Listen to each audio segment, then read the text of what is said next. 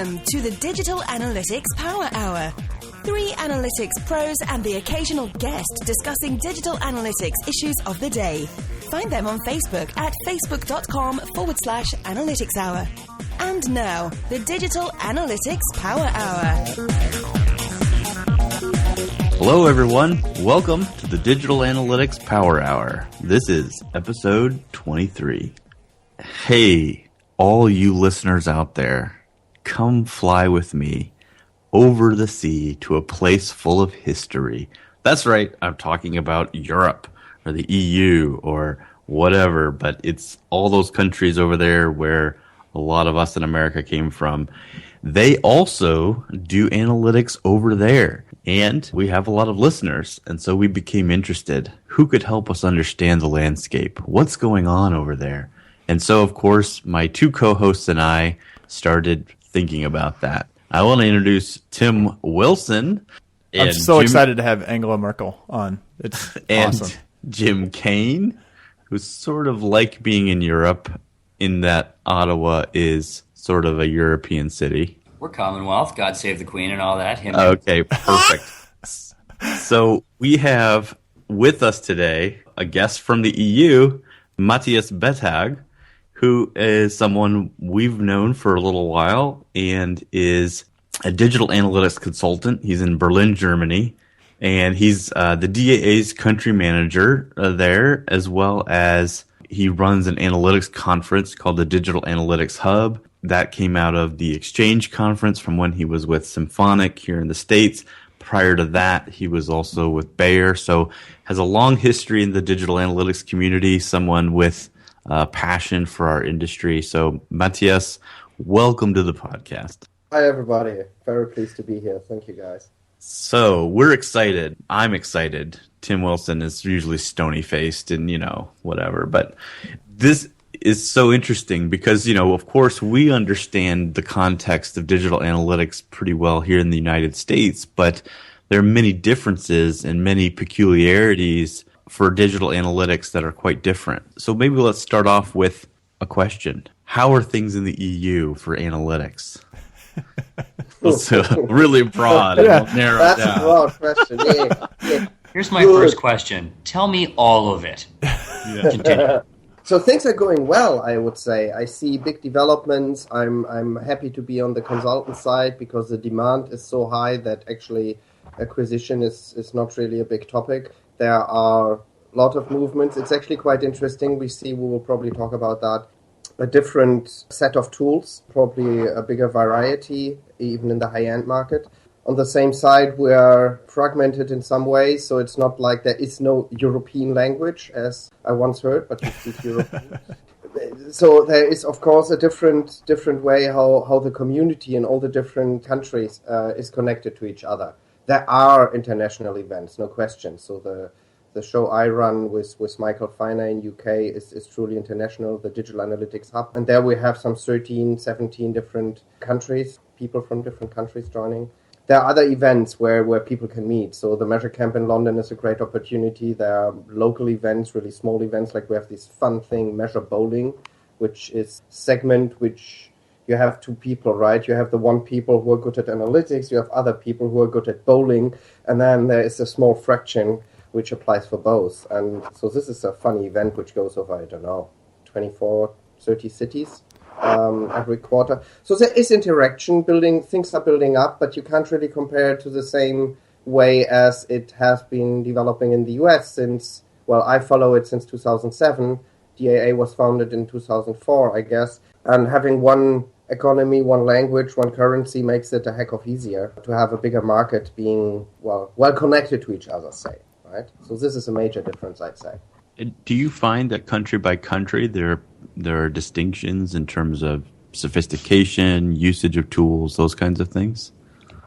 There are quite a few differences, but it's not always by the country. It's not that some countries are per se smarter in analytics than others. I wouldn't say that. You find the whole plethora everywhere. Of course, in a bigger market like UK or Germany, you have it easier to find a few couple of bigger companies doing analytics quite well, or having a much broader scene of people being involved in that business. certainly there are differences, but this is also in the total economy between Northern and Southern Europe. There are differences, and Eastern Europe is again another piece for itself. So there are also some tools out there in Eastern Europe, and it continues by Russia and even China, which is no more Europe. Just want to mention. You have some plans that you're. I've been, there's an annex coming. And Angela told me not to disclose that. No, but I was sorry, I'm jumping. But I was just asked this week what is probably the number 3 tool in the world after the 2 bigger ones we all know. And I said, I don't know, maybe this is a Chinese company we don't know yet. So there are certainly things happening which I'm not really aware from a German, which is more Western Northern Europe to some extent. Countries where I see big analytics involvements and people joining each other, having some community, certainly UK, Germany, Belgium, Netherlands, Spain, France, Poland, Czech Republic. Italy is less what I see, which doesn't mean necessarily there is. And then, of course, the Nordics with strong in Sweden, Finland, Norway, Denmark. So it's quite a lot around. And quite a lot I have not yet seen because we can't be everywhere, right? And not everybody is traveling everywhere. So some stuff remains like an island. Here's my big question about Europe. In North America, people exclusively think about the final countdown. But I actually think that Carrie was a better song. It charted top 10. It was one of my favorite power ballads. There's just... I know the final countdown. What was the other one? Carrie was their other top 10 hit. See what I'm talking about? You might want to sing a few bars for him, Jim, just to... Yeah. I can't hit the high notes until I've had a lot of coffee. So the actual question I had is, and you were touching on it, so, and this is something I think especially for North American practitioners, you've got maybe some core metrics and some web trends kind of legacy practitioners out there, but right now if you have Adobe chops and Google Analytics chops, your ability to be a solid analyst tools use-wise is pretty covered. But in Germany, the number 1 player, I believe, is WebTrack. AT Internet has a huge piece of the French market, and you've got Yandex Metrica in Russia. How many tools to be an enterprise-grade web analyst, how many tools do you need to be comfortable with to kind of start to move around and say, don't worry, I got it, like on your resume? Or maybe even a flip side, like how many are you personally feeling like you span across? I can tell you, I currently have clients working with AT Internet, WebTrack, Adobe, Google, all the way on standard.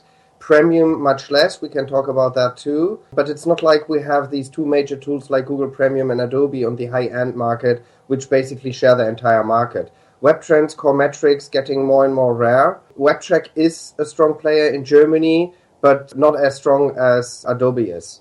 Right, so it's hard to say because I know some stats about tool comparisons. So overall, there might be quite equal, Adobe and WebTrack. Actually, also WebTrack is evolving quite well. I guess their engine is really powerful, so it comes somewhat close to what Adobe can do in the entire suite. It's a few. I would make a difference between if you have to work in the tool or if you're more... which I am basically on the strategic methodological side. So I need to know what a tool can do and what it can't do, and I need to figure out how workarounds could work and which interfaces might work best. But it's not necessarily that I need to know the deep core tool for each of my clients, because usually I have other people who are then specialists in the tool making. But it seems like it's interesting that do Adobe and Google, and you touched on it, you said WebTrack is continuing to kind of innovate and grow because I look at Adobe and GA are both continuing to evolve because they're chasing each other, and it's, perfect storm for innovation and competition. It's only going to be more perfect, it seems like, if you've got other platforms like WebTrack that's also chasing it. Can you imagine a world where one of those kind of currently strong player in Europe actually jumps across the Atlantic and emerges in the U.S.? I mean, maybe that's an unfair question to ask, but I don't know. It has been attempts. I would not expect in the near or mid future that a tool would more or less take over or become a significant market share, because this is also a cultural thing, right? So I know quite a few companies which might be quite big, but they're still on a domestic market because they're, let's say, a German publisher or whatever, insurance or a bank which has some countries, but it's not a global player. they may choose a tool also from the support side. And if support is locally available, that counts higher than being the world market leader. AT Internet, right around the time they rebranded with the new name, put a significant amount of effort into breaking into Quebec, which is where I'm from. And I think they got a couple of, because again, there was a French language user experience. They were able to go to some of the key brands in the Quebec market. I think they got a little bit of adoption, but they were going to use that as their springboard into the rest of North America, and they just weren't able to pull it off. I know also, maybe it's different now, but Hugo Boss America is a WebTrek shop, specifically because, headquarters is. So I would wonder how many kind of tier one European brands are kind of bringing their tools with them. And as an extension to that, I wonder if European analysts that have to use a lot of tools are a little bit better at qualitative analysis, because you can't just go, I always click these 3 buttons to answer my question. Like, you really need to formulate a solid hypothesis before you go into the tool.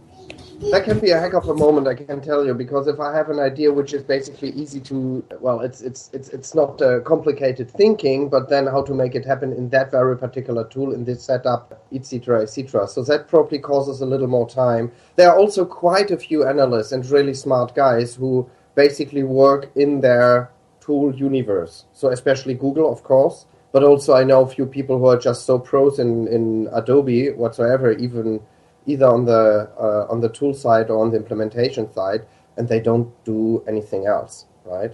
I'm currently even in contact with Pivik. Very interesting here, movements coming up, because quite a few companies who have very strong restrictions consider Pivik as a built-in on-premise tool. And then they start building their plugins and using the open source to their services. So this is a total different approach.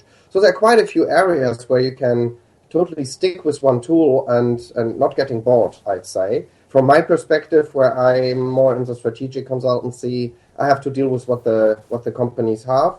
And sometimes it's also my role to guide them through a new pitch or recommending additional tools to what they have already. And then it's getting interesting.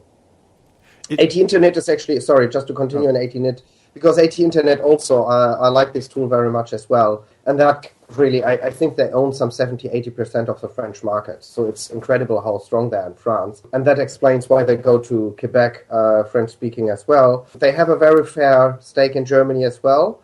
They have grown fast. So maybe for them, it's less a tool, but the resources they need to scale with their growing business. Just a guess. But there's so many components which may or not allow you to tackle another market and be successful there over time, that I wouldn't reduce it to the tool functionality and power itself. So I would say support is probably a very strong part, and then making the right sales at the right places, right? You can get lost in and waste a lot of money without earning anything if you're not there where you need to. AT Internet should just start telling North Americans that they can do training at headquarters in Bordeaux. They would probably close a lot of business. That's true. Berlin should be quite interesting for the WebTrek people as well. So they should do that. They should use a local card and probably hire a plane. Is there a local, and I don't think we want to go too far down into the privacy world, but is there, I feel like the North America headquartered companies have a tendency to try to kind of, stick their heads in the sand a little bit and say, it's kind of up to you, the company, to comply with any privacy regulations. And because it's just so complicated and dynamic and changing, I feel like in North America, we are really struggling to understand UK, Germany, the EU, and that shifting landscape. And it seems like for an analytics platform that is based in the heart of that and is probably kind of more is more dealing with the shifting currents and potentially could have a better answer and expertise and support, that potentially it could be, hey, you know what, if you use WebTrek, they really do understand privacy implications and they're on top of it and they're going to help you be compliant and answer any queries and questions that come in. And I don't know, that's one of those, like, theoretically that could be a case, but I don't know if in practice that's a reality. The vendors claim that they are privacy compliant. We have like a kind of an industry standard certification. It's not a company. It was, don't ask me how it's like an association. TÜV, Technischer Überwachungsverein. And so tools can get certified.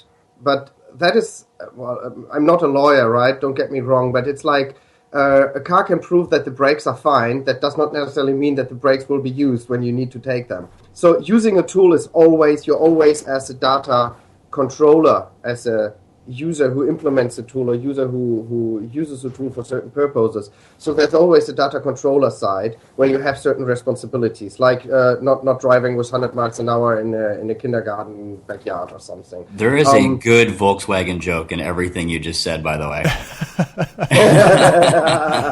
I knew somebody was going to bring that up. And then on the other hand, we struggle also because it's difficult to understand all the nitty-gritty details and what may or not apply in which circumstances. And of course, this is very hard for American companies to understand. One thing which is not necessarily privacy now, but this is what clearly is in question by the safe harbor decision, is that data ownership, and by this data storage, needs to be reconsidered if you were relying on US-based system from Europe. And that is certainly an advantage for those players who have their clouds in a country or in Europe at least and can make sure or can scale it up to the needs of the client. The same happens, by the way, because of other reasons in Russia and China and probably more countries where the governments decide that data of citizens of that country needs to stay in the country. And so I think there will be a diversification of the cloud, which never was really in the cloud, was always some computers, and still is. So that these platforms, these server farms need to be probably better be adjusted by the clients who use it. But I hadn't even thought of it. So you're saying that because if you're saying everything, it's all our stuff's in the cloud, like you said, is nebulous. That as a term is nebulous, but for companies, for analytics providers that can say, yes, but we can track that the cloud, the actual physical servers in this cloud are located in Berlin and Munich, and we will make sure that that is what gets used for any storage of the data.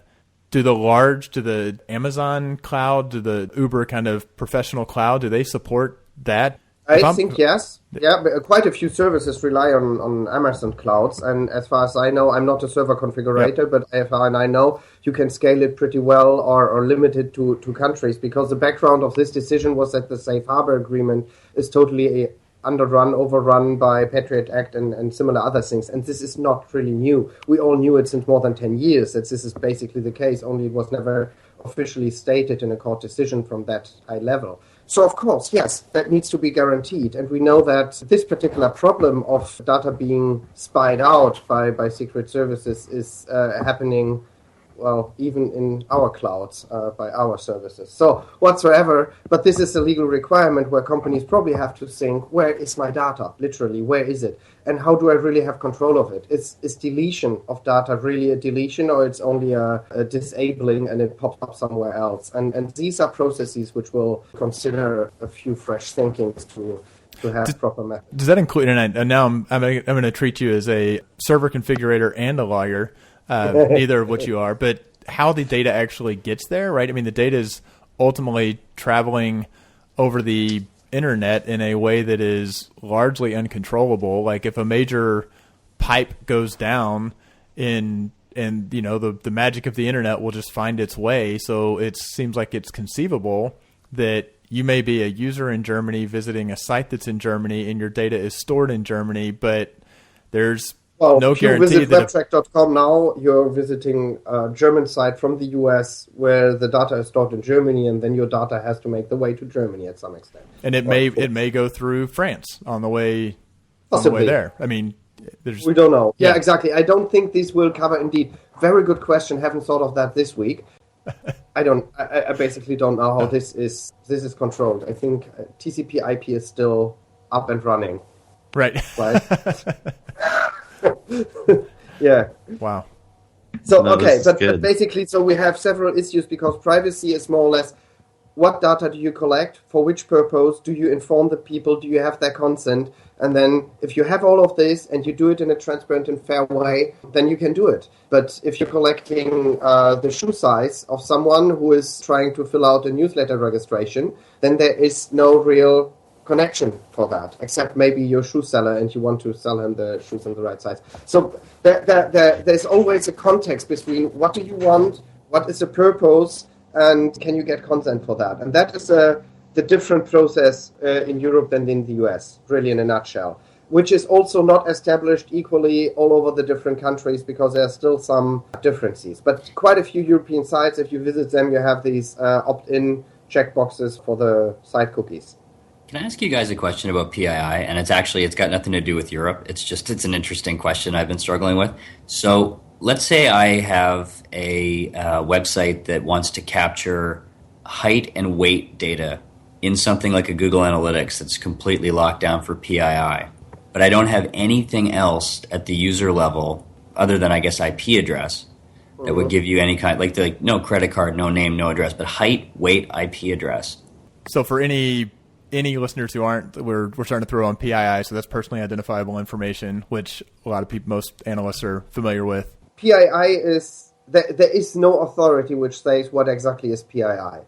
There are quite a few different interpretations from it. If you talk to a data protection officer, he would say that anonymous data, as we consider it, anonymous is often only pseudonymous, meaning we have a cookie ID or we have any kind of key to understand a visit and maybe following visits, even though we don't really know if that was me or you or anyone else. But in certain circumstances, this can be tied together and suddenly you have a clear person in mind or in scope. So think of a small village where you have one doctor and somebody is entering the fact that he has a PhD, then it's clear it's him, right? And all you need is a geolocation and the fact that he has a title, just to make up one example. But this is where you really have to go in the nitty-gritties by the purpose, by the business, and if you need it or not. Of course, I have to give my address if I want someone to send me a parcel. So this is implied consent.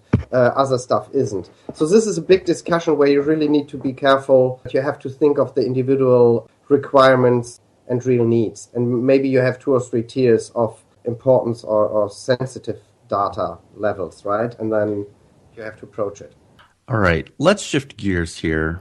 We talked a little bit about the tools and about some of the state of sort of regulation, but let's talk about the people.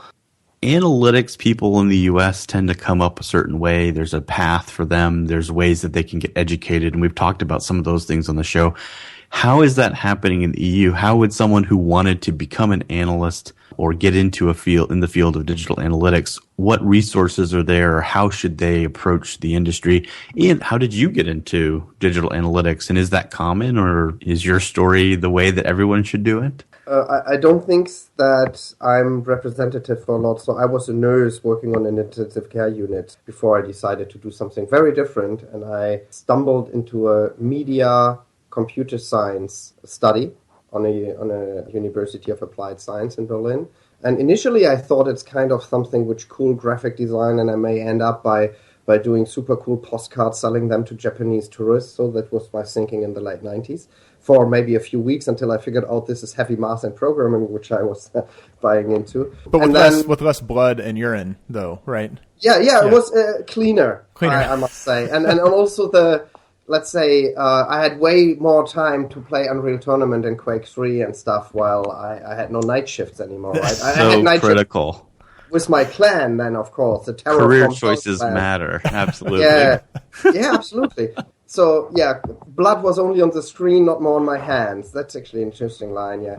This was my story, how I went, well, first of all into computer science, and then from there, because I was a nurse before, my first job was actually in clinical data management, where they were happy to have somebody who understood the data from a database standpoint, so I could do my own queries to get my sets together and my reports, but I could also evaluate the data because it had a medical background, if it sounded reasonable, or if there were any open questions, and then I could phrase the questions like, hey, this guy has a total different blood pressure within 2 days in a row. Was there anything happening, or is that a typo or whatsoever? So this was my very first job. And a year later, I changed and became a webmaster at the pharma company Sharing, which was later bought by Bayer. And I was working on a content management system, and I did these websites, HTML, PHP, MySQL, and I figured out that technical SEO was lacking all over the places. So I did them clean. I used CSS. I was a total HTML green notch guy, right? I wanted to have everything totally strict XHTML compatible. I loved all these validation tools to make sure everything is smooth and fine and well separated content from design and functionality. And then I got this role on a global e-marketing department, which was consulting after the merge of Bayer and Sharing all the different countries and business units in the different regions of the earth to migrate all their hundreds and hundreds of websites to a big international platform. And this was the point where I first looked into the data, really. I did that as a webmaster before, but instead of thinking how much workload does it cost us to switch this ASP programmed website to a PHP programmed website, I was always looking in the data, if any was applicable, to understand if the site was successful. And then we switched it or not. And maybe we switched it, but then with some optimizations. So I was trying to find a qualitative key to understand if a migration made sense or if this is something outdated which we can shut off. And this is combined with this very nice travel budget I had on this international role, and I was flying North and South America and Asia and Europe all the way, how I got in contact with all these interesting folks in the US on the metrics, for instance, or how I also met Gary Angel on the exchange and Eric Peterson and name it. So it was a great opportunity for me in the mid 2000s to get in touch with these people and to get this super huge relief that all my problems are quite common.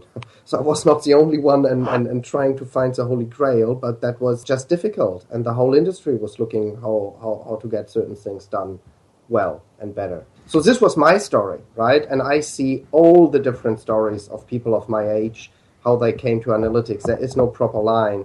And there are really, really quite a few. That is actually a question you should pose all your people. What was their former first or second job they had? So I met quite interesting people. It's crazy. I mean, most of them actually started in nursing. It's a true? strange thing. If there's one common thread, I haven't met too many in my role. This is interesting. Okay. But we have for education. This is a huge topic, and this is one reason why the DAA Germany was funded as a proper own country, because the demand is so super high. And we do use the UBC course. We have the UBC course in German, actually half German. So the applications are in German, but the main content is still in English. But people use this, and I'm one of the tutors for the course in Germany. So we have 2 or 3 courses per year with up to 20-25 people in. So that's actually, and it's developing well.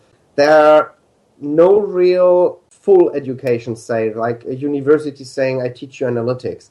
But that comes from all the different ends. So it's getting better, but I still don't see something like a digital analytics masterclass, which is more like only 1 semester or in addition to some studies.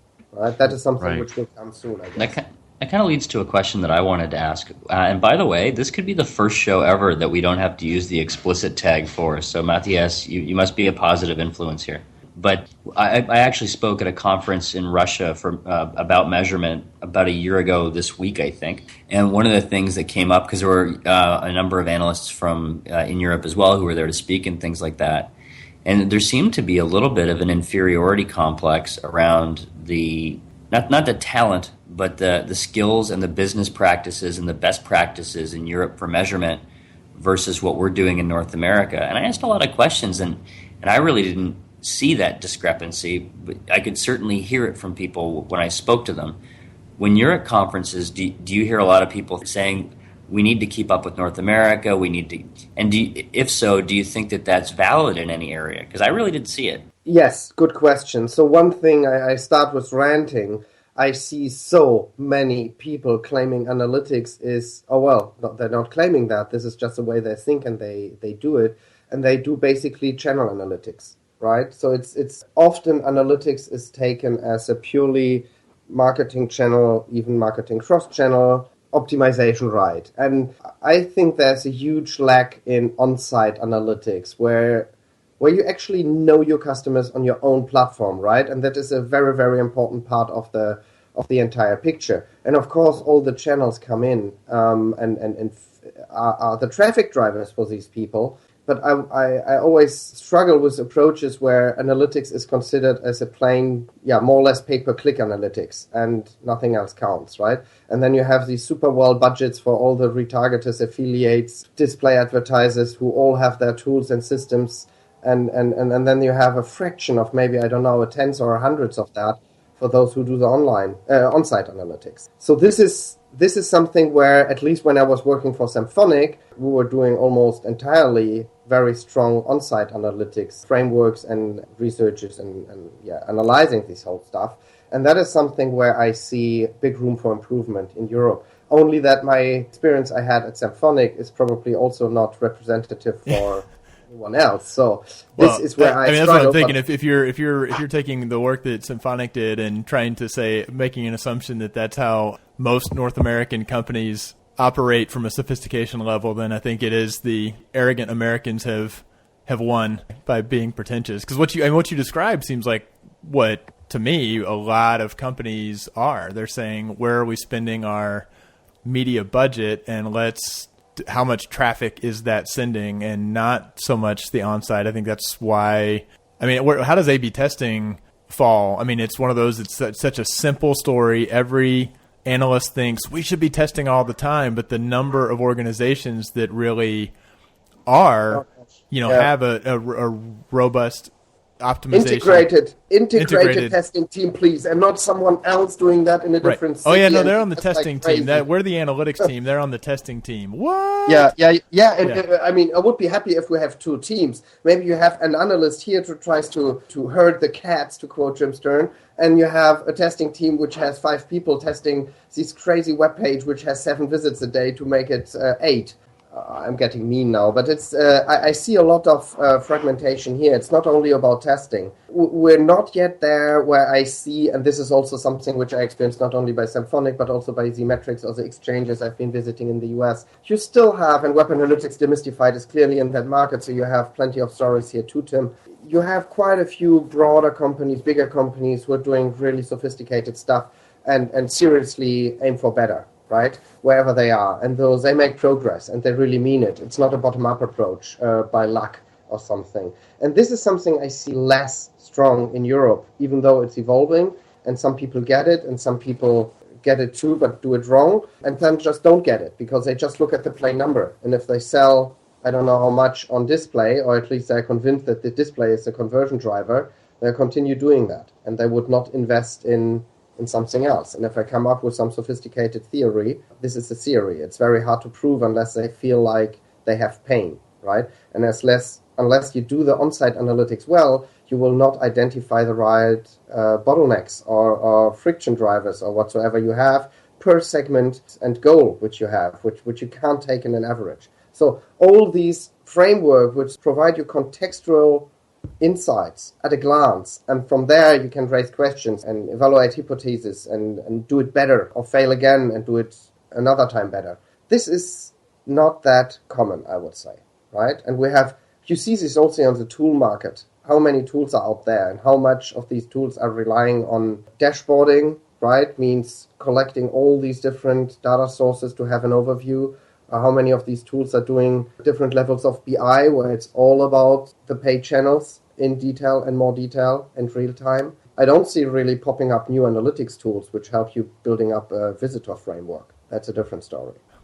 That seems like there are a lot of companies that are telling that story, but you look at them and say, wait, you're 2 guys who were in college a year ago. I'm not sure that's going to be the solution for the...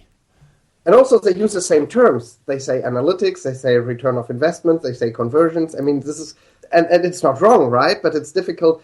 Assume you would be, whatever, C-level at a mid-level company, and you understand you need some analytics, and you start Googling them. Where do you end up, right? I've seen even these questions ending up at hiring an SEO company, because they understood they can do traffic, and then that's it, right? And the SEO company does probably a magnificent job in SEO, but they never have cared about a visitor framework on site. So this is where I think analytics is in a weaker position because we're kind of still somewhat nerdy, somewhat a niche, somewhat, if you have the luxury to empower that, then you can make a benefit. Otherwise, I rather stick with what I can kind of thinking. On the other hand, I see a lot of big companies from agencies like full service, creative, PR, strategic on the one hand, and also from the really paid channel media service. And both seek the way, if you think of the media and all the traffic agencies, as I call them, on one hand, and on the other hand, you have the big strategic ones doing all the bigger frameworks, probably consulting super big players in how to do social media at all, and that cascades down in hundreds and thousands of teams. And in the middle, you have the pure analysts, as we are. And I get requests from all over the places where, because they have understood, they need to understand this way too, if they want to continue providing full service. It's not enough to tell them the click-through rates and some keyword rows. Well, so what I got to ask is it, do you think they're saying, yes, we need to use the data so that we can understand this and be better, which is kind of what you'd hope? Or is it, we need to have an analytics offering because that's more share of wallet, that's more money we can extract from our clients if we sell analytics services. If we're going to claim to be full service, then this is another offering we need to have, and let's ignore the fact that now we're going to claim that as a traffic agency we are now going to be measuring our own performance, and anybody who just steps back like 2 meters and says, oh, wait a minute, so you're both going to do the work for me, and you're going to charge me to tell me how well or poorly you're doing. I guess that's my cynical view of the structural issue with agencies that aren't objective, analytics oriented. You're always at risk if you let somebody who spends your money measure it at the same time, and this is certainly possible because not everybody is in a fraud mode per default, but it's risky, I would say. Sometimes it's just the case how it works, and they may or not do a good job. So I think you're right. There are quite a few companies who just claim to do analytics because this is what the client expects, and then they get some reports, of course. Generally, I see companies also approaching me or people as me because they want to learn, they want to understand, so they're really meaning it. And this is actually a good sign. I also see the strategic companies who, after they want to pitch, call out freelancers and other independents to get on board. And this is clearly something where they want to pitch without being transparent in which resources they have. But clearly this shows that analytics gets more and more into scope from a requirement perspective also by the client. So it's not enough to serve them all. Question is really, do you want the money spender, say, to measure its own success and performance? But that's a question you have on many levels, and there are different ways to solve it. Oh, that's great. So unfortunately, we have to start the wrap-up process, but this conversation is obviously one that could go on and on. So thank you, Matthias.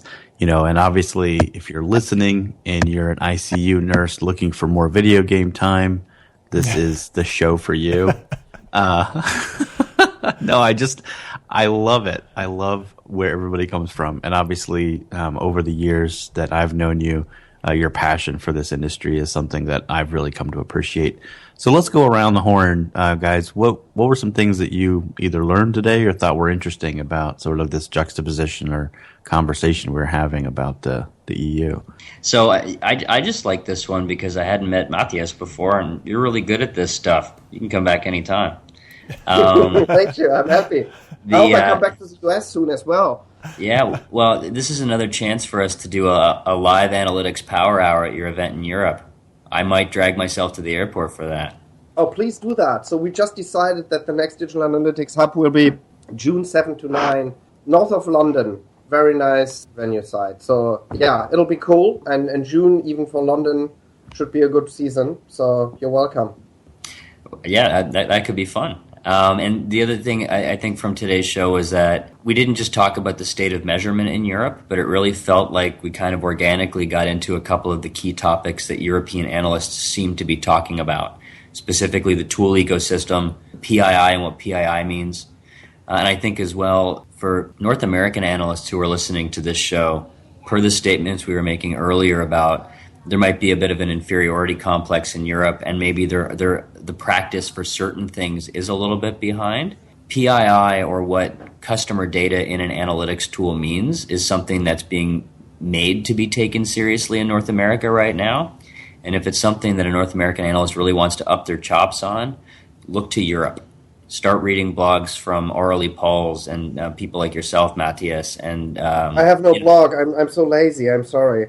So we'll just post your cell phone number on our Facebook page. No, that's fine. Matthias, just and do what we use did. Start a timezones.com podcast. before you call me, please.